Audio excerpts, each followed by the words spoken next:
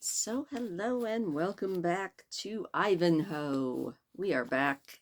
We are with chapter 37, and it looks like poor Rebecca is going to be put on trial, which this is a fairly long chapter, so I'm not going to babble too much. But yeah, I don't like most of the characters in this book. I'm enjoying the book, but most of these characters are terrible people, and the fact that we are now putting on trial my favorite character in the book is not a good thing.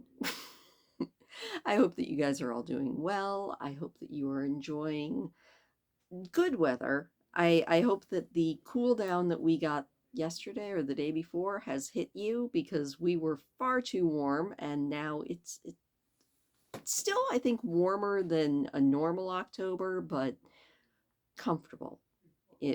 We had to cover up the plants last night so that they didn't potentially get frost damage because we still have two watermelons that are slowly ripening, and hopefully we will be able to harvest before the end of the season.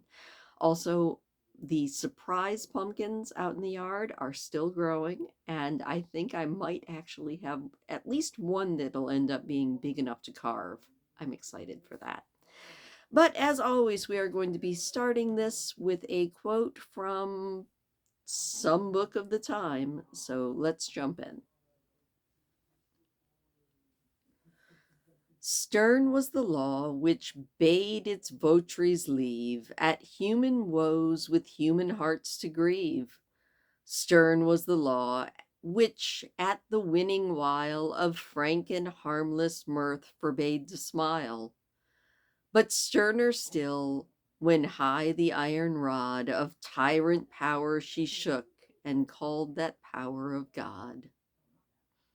And that was quoting from the Middle Ages. One of these days, if I was really good, I would look up all of these quotes and see stuff about the works that they all come from, but I usually forget as soon as I stop reading that it's something I want to do. But interesting. Anyway, we have a trial to get to, so let's begin chapter 37 of Ivanhoe by Sir Walter Scott. The tribunal, erected for the trial of the innocent, unhappy Rebecca, occupied the dais or elevated part of the upper end of the great hall, a platform which we have already described as the place of honor destined to be occupied by the most distinguished inhabitants or guests of an ancient mansion. On an elevated seat directly before the accused sat the Grand Master of the temple in full and ample robes of flowing white, holding in his hand the mystic staff which bore the symbol of the order. At his feet was placed a table occupied by two scribes, chaplains of the order, whose duty it was to reduce to formal record the proceedings of the day. The black dresses, bare scalps, and demure looks of these churchmen formed a strong contrast to the warlike appearance of the knights who attended, either as residing in the presbytery or as come thither to attend on their grand master. The preceptors, of whom there were four, occupied seats lower in height and somewhat drawn back behind that of their superior, and the knights who enjoyed no such rank in the order were placed on benches still lower, and preserving the same distance from the preceptors as those did from the Grand Master. Behind them, but still upon the dais or elevated portion of the hall, stood the esquires of the order in white dresses of inferior quality. The whole assembly wore an aspect of the most profound gravity, and in the faces of the knights might be perceived traces of military daring, united with the solemn carriage becoming men of a religious profession, and which, in the presence of their Grand Master, failed not to sit upon every brow. The remaining and lower part of the hall was filled with guards holding parzons and with other attendants whose curiosity had drawn there to see at once a grand master and a sorceress. By far the greater part of those inferior people were, in one rank or another connected with the order, and were accordingly distinguished by their black dress. But peasants from the neighboring country were not refused admittance, for it was the pride of Maumorier to render the edifying spectacle of the justice which he administered, and make it as public as he could.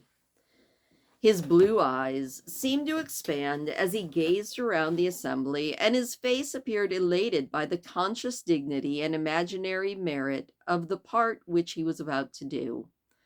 A psalm, which he himself accompanied with a deep mellow voice, which age had not deprived of its power, commenced the proceedings of the day, and the solemn sounds, Vente extolnis Domino, so often sung by Templars before engaging with earthly adversaries, was judged by Lucas most appropriate to introduce the approaching triumph, for that was what he deemed it, over the powers of darkness. The deep, prolonged notes, raised by 100 male voices accustomed to combine in choral chants, arose to the vaulted roof of the hall and rolled on amongst its arches with the pleasing yet solemn sound of the rushing of mighty water. When the sound ceased, the Grand Master glanced his eyes slowly around the circle and observed that the seat of one of the precipitors was vacant. Brian de Bois Guilbert, by whom it had been occupied, had left his place and was now standing near the extreme corner of one of the benches occupied by the knights, companions of the temple, one hand extending his long mantle so as in some degree to hide his face, while the other held his cross-handled sword, the point of which, sheathed as it was, he was slowly drawing lines upon the oak floor with. "Unhappy man," said the Grand Master, after favoring him with a glance of compassion. "You see, Conrad, how this holy work distresses him. To this can the light look of woman, aided by the prince of the powers of this world, bring down a valiant, worthy knight. See, he cannot look upon us, he cannot look upon her. And who knows by what impulse from his tormentor his hand forms these cabalistic lines on the floor? It may be our life and safety are thus aimed at, but we spit and defy the enemy, semper leo particular." This was communicated apart to his confidential follower, Conrad Montfichet. The Grand Master then raised his voice and spoke to the assembly. "Reverend and valiant men, knights, precipitors, and champions of this holy order, my brethren and my children, you also, well-born and pious esquires who aspire to wear the cross, and you also, Christians of every degree, be it known to you that it is not defect of power in us which has occasioned the assembling of this congregation, for however unworthy our person, yet to us is committed with this batoon full power to judge and try all that regards the weal of our holy order. Holy Saint Bernard, in the rule of our knightly and religious profession, has said in the 59th capital that he would not that brethren be called together in council, save at the will and command of the master, leaving it free to us, as those more worthy fathers who have preceded us in this office, to judge as well of the occasion as the time and place in which a chapter of the whole order, or any part, may be convened. Also, in all such chapters, it is our duty to hear the advice of our brethren, and to proceed according to our own pleasure. But when the raging wolf hath made an inroad upon the flock and carried off one member, it is the duty of the shepherd to call his comrades together with their bows and slings, that they may quell the invader, according to our well-known rule that the lion is ever to be beaten down. Therefore, we have summoned into our presence this Jewish woman by the name of Rebecca, the daughter of Isaac of York, a woman infamous for witchery, whereby she has maddened the blood and besotted the brain, not of a churl, but a knight, and not of a secular knight, but of one devoted to the service of the holy temple, not of a knight companion, but of a preceptor of our order, first in honor as in place. Our brother, Brian de Bois Guilbert, is well known to us, and to all degrees who now hear me, as a true zealous champion of the cross, by whose arm many deeds of valor have been wrought in the Holy Land, and the holy places have been purified from pollution by the blood of infidels that had defied them. Neither have our brother's sagacity and prudence been less in repute among his brethren than his valor and discipline, insomuch that knights, both in eastern and western lands, have named de Bois Guilbert as one who may well be put in nomination as successor to this batoon, when it pleases heaven to release us from the toil of bearing it.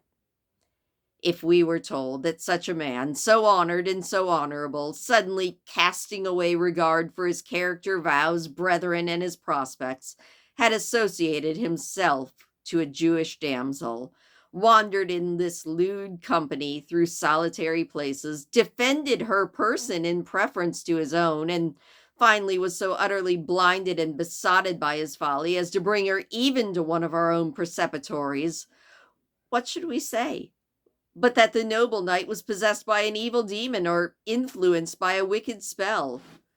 If we could suppose it otherwise, that I would kick the camera. If we could suppose it otherwise, think not rank, valor, high repute, or any earthly consideration should prevent us from visiting him with punishment, that the evil thing might be removed, even according to the text, a forte malum ex vobis. For various and heinous are the acts of transgression against the rule of our blessed order in this history. First, he hath walked according to his proper will, contrary to Capital 33, quod nullus juxum proprium voluntem incandent. Second, he hath held communication with an excommunicated person, Capital 57, ut fratres non participant cum excommunicas, and therefore hath a portion in anathema Marthana. Third, he hath conversed with strange women, contrary to the capital, ut frates non converste cum extrantas mulieris.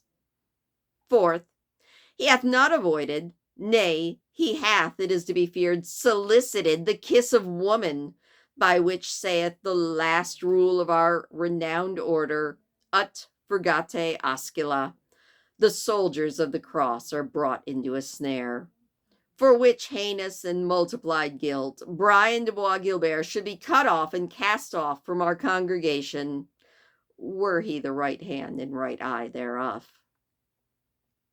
The Grand Master paused. A murmur went through the assembly. Some of the younger part, who had been inclined to smile at the statute De Osculis Frigidus, became now grave enough and anxiously waited what the master was next to propose. Such, said the master, and so great should indeed be the punishment of a Knight Templar who willingly offended against the rules of his order in such points. But if by means of charms and spells Satan has obtained dominion over this knight, perchance because he cast his eyes too lightly upon a damsel's beauty, well, we are then to lament rather than chastise his backsliding, and imposing on him only such penance as may purify him from his iniquity, we are to turn the full edge of our indignation upon the accursed instrument which had so well nigh occasioned his falling away. Stand forth, therefore, and bear witness, ye who have witnessed these unhappy doings, that we may judge the sum and bearing thereof, and judge whether our justice may be satisfied with the punishment of this infidel woman, or if we must go on with a bleeding heart to the further proceeding against our brother. Several witnesses were then called upon to provide the risks to which Bois Guilbert had exposed himself in endeavoring to save Rebecca from the castle, and his neglect of his personal defense in attending to her safety. The men gave these details, with the exaggerations common to the vulgar minds which have been strongly excited by any remarkable event, and their natural disposition to the marvelous was greatly increased by the satisfaction which their evidence seemed to give the eminent person for whom the information had been delivered. Thus, the dangers which Bois Guilbert surmounted, in themselves sufficiently great, became portents in their narrative. The devotion of the knight to Rebecca's defense was exaggerated beyond the bounds not only of discretion, but even of the most frantic excess of chivalry, and his deference to what she said, even although her language was often severe and upbraiding, was painted as carried to an excess which, in a man of his haughty temper, seemed almost supernatural. The preceptor of Templestowe was then called upon to describe the manner in which Bois Guilbert and Rebecca arrived at the preceptory. The evidence of Malvision was skillfully guarded, but while he apparently studied to spare the feelings of Bois Guilbert, he did throw in from time to time such hints as seemed to infer that he labored under some temporary alienation of mind, so deeply had he appeared to be enamored of the damsel who he brought with him. With sighs of penitence, the preceptor avowed his own contrition for having admitted Rebecca and her lover into their walls. "But my defense," he concluded, "has been made in my confession to our most revered father, the Grand Master. He knows my motives were not evil, though my conduct may have been irregular. Joyfully will I submit to any penance he will assign me." "You have spoken well, brother Albert," said the Grand Master. "Your motives were good, since you did judge it right to arrest your erring brother in his career of precipitate folly. But your conduct was wrong, as that he would stop a runaway steed, and seizing the stirrup instead of the bridle, receives an injury instead of accomplishing his purpose. 13 paternosters are assigned by our pious founder for matins, and 9 for vespers. Be those services doubled by you. Thrice a week are Templars permitted to use the flesh, but you will keep fast for all 7 days. Do this for 6 weeks, and your penance will be over." With a hypocritical look of deep submission, the preceptor of Templestowe bowed down to the ground before his superior and took his seat once more. "Were it not well, brothers," said the Grand Master, "that we examine something into the former life and conversation of this woman, specially that we may discover whether she be one likely to use magic's charms and spells, since the truths which we have heard may well incline us to suppose that in this unhappy course our brother has been acted upon by some enticement?" Herman of Gudelrachy was the 4th preceptor present.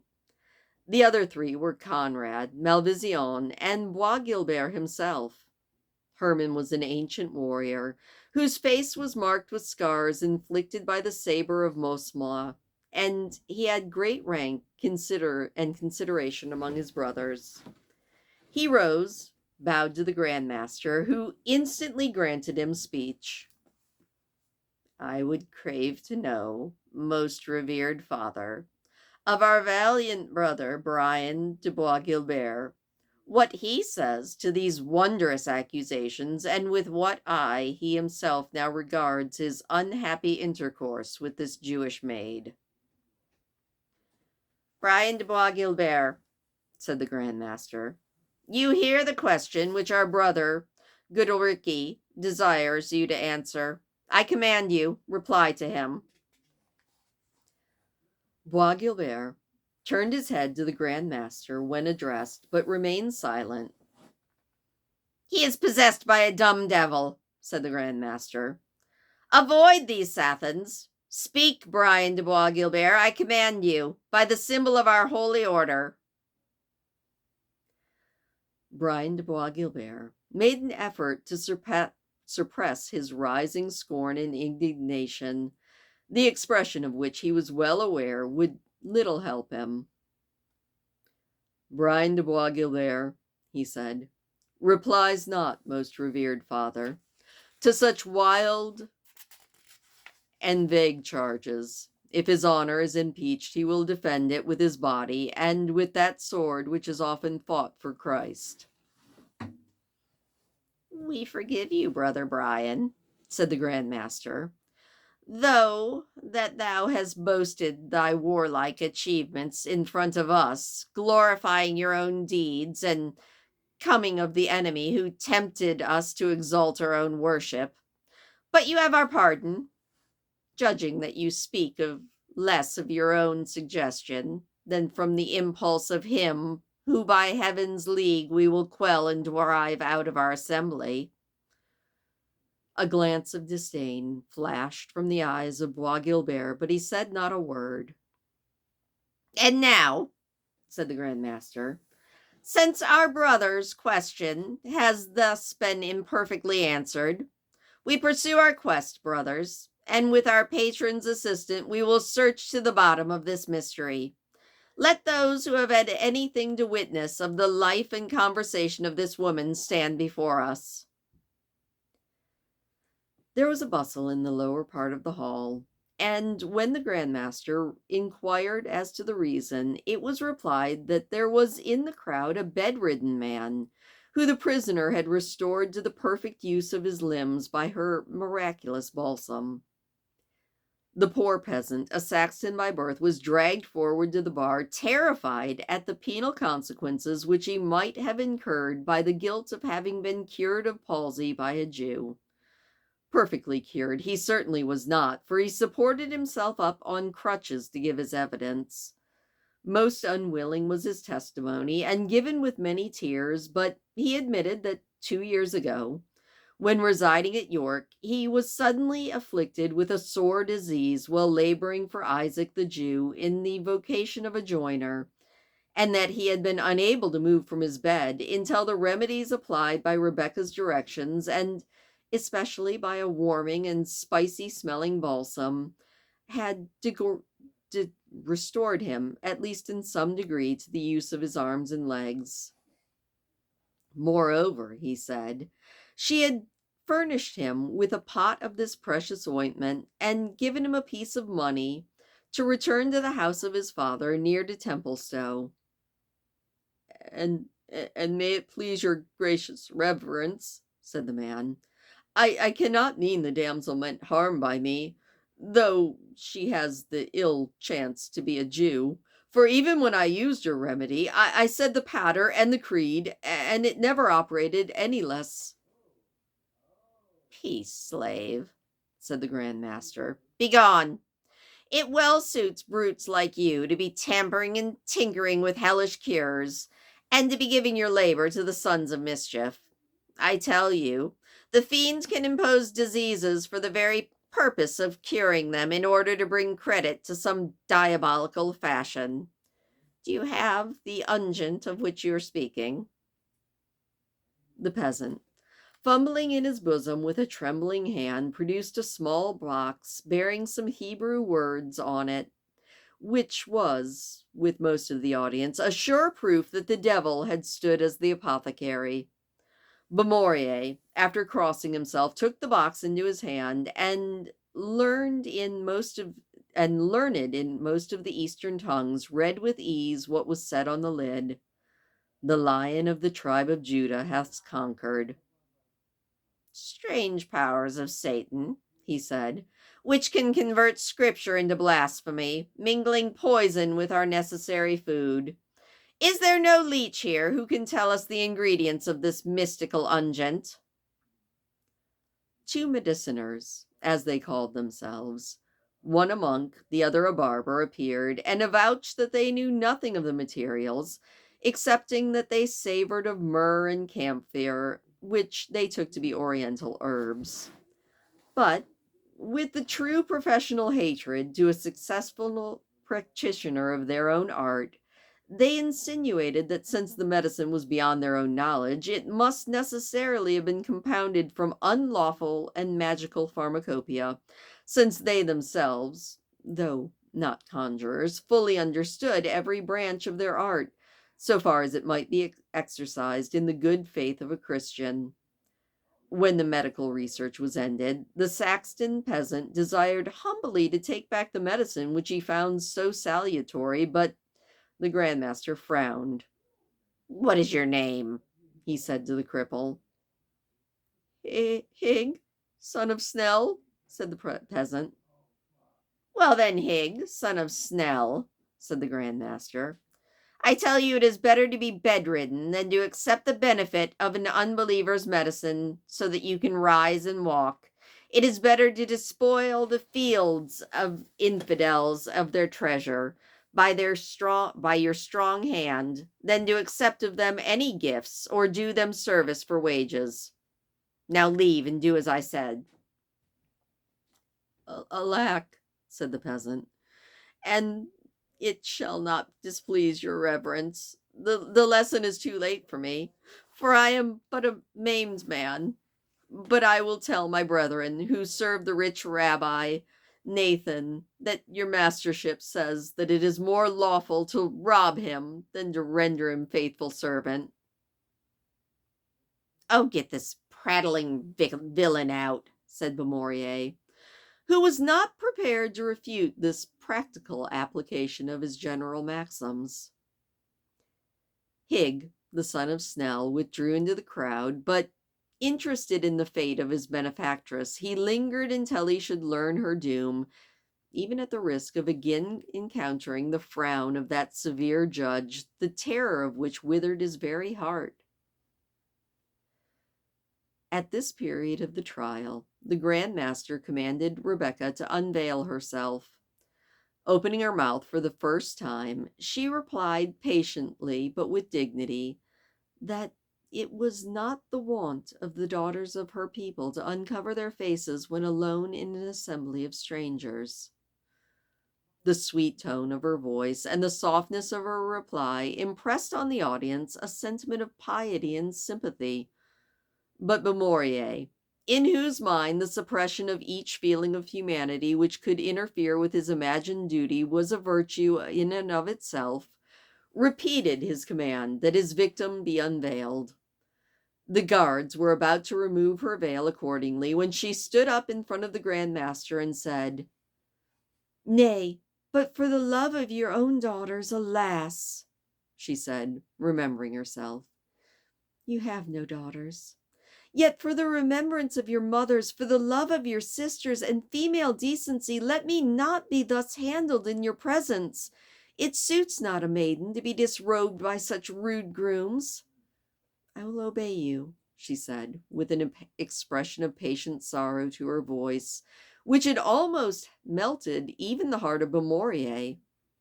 "Yet are elders among your people, and at your command I will show the features of this ill-fated maiden." She withdrew her veil and looked on them with her face in which bashfulness contended with dignity. Her exceeding beauty excited a murmur of surprise, and the younger knights told each other with their eyes in silent correspondence that Brian's best apology was in the power of her real charms rather than imaginary witchcraft. But Hig, the son of Snell, felt most deeply the effect produced by the sight of the face of his benefactress. "Let me go forth," he said to the warders at the door of the hall. "Let me go forth. To look at her again will kill me, for I have a share in murdering her." "Peace, poor man," said Rebecca when she heard his exclamation. "You have done me no harm in speaking the truth. You cannot aid me by complaints or lamentations. I pray upon you peace. Go home. Save yourself." Hig was about to be thrust out by the compassion of the warders, who were apprehensive lest his clamorous grief should draw upon them reprehension and upon him punishment, but he promised to be silent and was permitted to stay. The two men-at-arms with whom Albert Malvision had not failed to communicate upon the import of their testimony were now called forward. Though both were hardened and inflexible villains, the sight of the captive maiden, as well as her exceeding beauty, at first appeared to stagger them. But an expressive glance from the preceptor of Templestowe restored them to their composure, and they delivered, with a precision which would have seemed suspicious to a more impartial judge, circumstances either altogether fictitious or trivial, and natural in themselves, but rendered pregnant with suspicion by the manner in which it was told, and by the sinister commentary which the witnesses added to the facts. The circumstances of their evidence would have been in modern days divided into two classes: those which were immaterial and those which were actually and physically impossible. But both were, in those ignorant, superstitious times, easily credited as proof of guilt. The first class set forth that Rebecca was heard to mutter to herself in an unknown tongue, that the songs she sung by fits were of a strangely sweet sound which made the ears of the hearer tingle and his heart throb, that she spoke at times to herself and seemed to look upward for a reply, that her clothing was of a strange and mystical form, unlike that of women of good repute, that she had rings impressed with cabalistic devices, and that strange characters were embroidered on her veil. All of this, so natural and trivial, were gravely listened to as proof, or at least strong suspicion, that Rebecca had unlawful correspondence with mystical powers. But there was less equivocal testimony, which the credulity of the assembly, or of the greater part, greedily ate up, however incredible it was. One of the soldiers had seen her work a cure upon a wounded man brought with them to the castle of Torquilstone. She did, he said, make certain signs upon the wound, and repeated certain mysterious words, which he, blessed God, had not understood, when the iron hand of a square crossbow bolt disengaged itself from this man's wound, and the bleeding staunched, and the wound closed, and the dying man was in a quarter of an hour walking the ramparts, and assisting the witness in managing a mangonel, or a machine for hurling stones. This legend was probably founded upon the fact that Rebecca had attended upon the wounded Ivanhoe in the castle, but it was the more difficult to dispute the accuracy of a witness, as, in order to produce real evidence in support of his verbal testimony, he drew from his pouch the very bolt head which, according to his story, had been miraculously extracted from the wound. And as the iron weighed an entire ounce, it confirmed his tale, however marvelous it was. His comrade had been a witness from a neighboring battlement of a scene between Rebecca and Bois Guilbert, when she was upon the point of precipitating herself from the top of the tower. Not to be behind his companion, this fellow stated that he had seen Rebecca perch herself upon the parapet of the turret and take the form of a milk-white swan, under which appearance she flitted 3 times around the castle of Torquilstone, and then settled again on the turret, once again assuming her female form. Less than one half of this weighty evidence would have been enough to convict any old woman who was poor and ugly, even if she had not been Jewish. United with that fatal circumstance, the body of proof was too weighty for Rebecca's youth, even combined with her exquisite beauty. The Grand Master had collected the suffrages, and now in a solemn tone demanded of Rebecca what she had to say against the sentence of condemnation that he was about to pronounce upon her. "I invoke your pity," said the lovely Rebecca, with a voice tremulous with emotion. "Would, I am aware, be as useless as I should hold it mean. To state that to receive the sick and wounded of another religion cannot be displeasing to our acknowledged founder of both of our faiths, were also unavailing, and to plead that many things of which these men, who, may heaven pardon, have spoken against me, are impossible, would also avail me but little, since you believe they are possible. And still less would it advantage me to explain that the peculiarities of my dress, language, and manners of those of my people. I had well nigh said of my country, but alas, we have no country. Nor will I even vindicate myself at the expense of my oppressor, who stands there listening to the fictions and surmises which seem to convert the tyrant into the victim.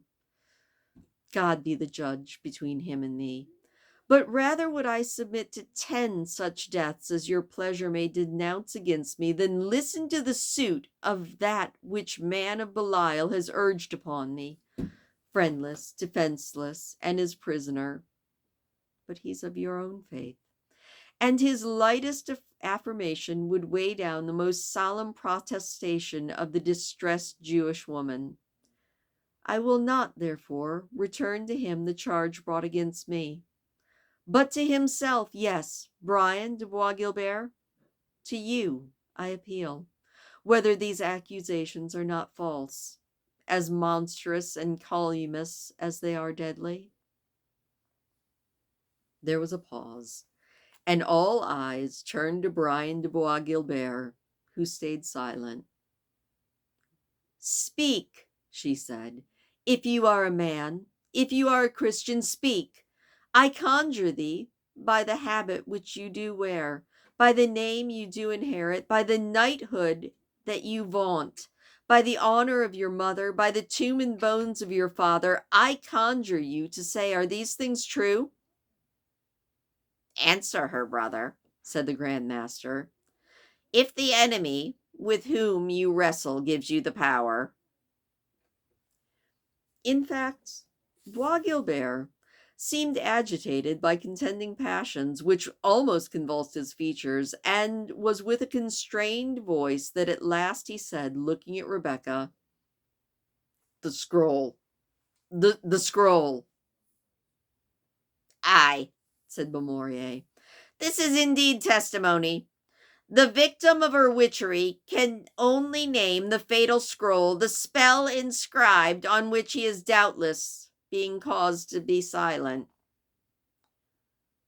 But Rebecca put another interpretation on the words, and glancing her eye upon the slip of parchment which she continued to hold in her hand, she read written upon it in Arabian characters, "Demand a champion."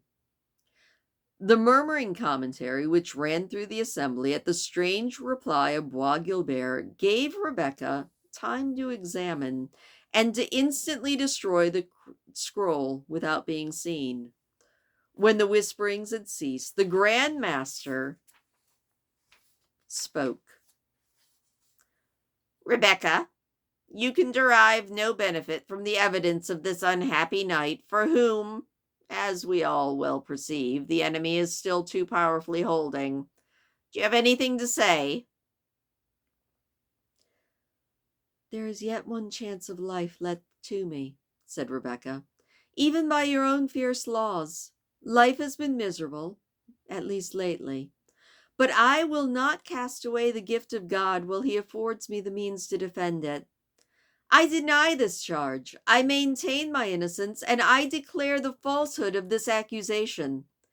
I challenge the privilege of trial by combat, and will appear by my champion." "And who, Rebecca," said the Grand Master, "will lay a lance in defense of a sorceress? Who will be the champion of a Jew?" "God will bring me a champion," said Rebecca. "It cannot be that in merry England, the hospitable, the generous, the free, where so many are ready to peril their lives for honor, there will not be found one to fight for justice. But it is enough that I challenge the trial by combat, and there lies my gage." She took her embroidered glove from her hand, and she flung it down before the Grand Master with an air of mingled simplicity and dignity, which excited amongst the crowd universal surprise and admiration.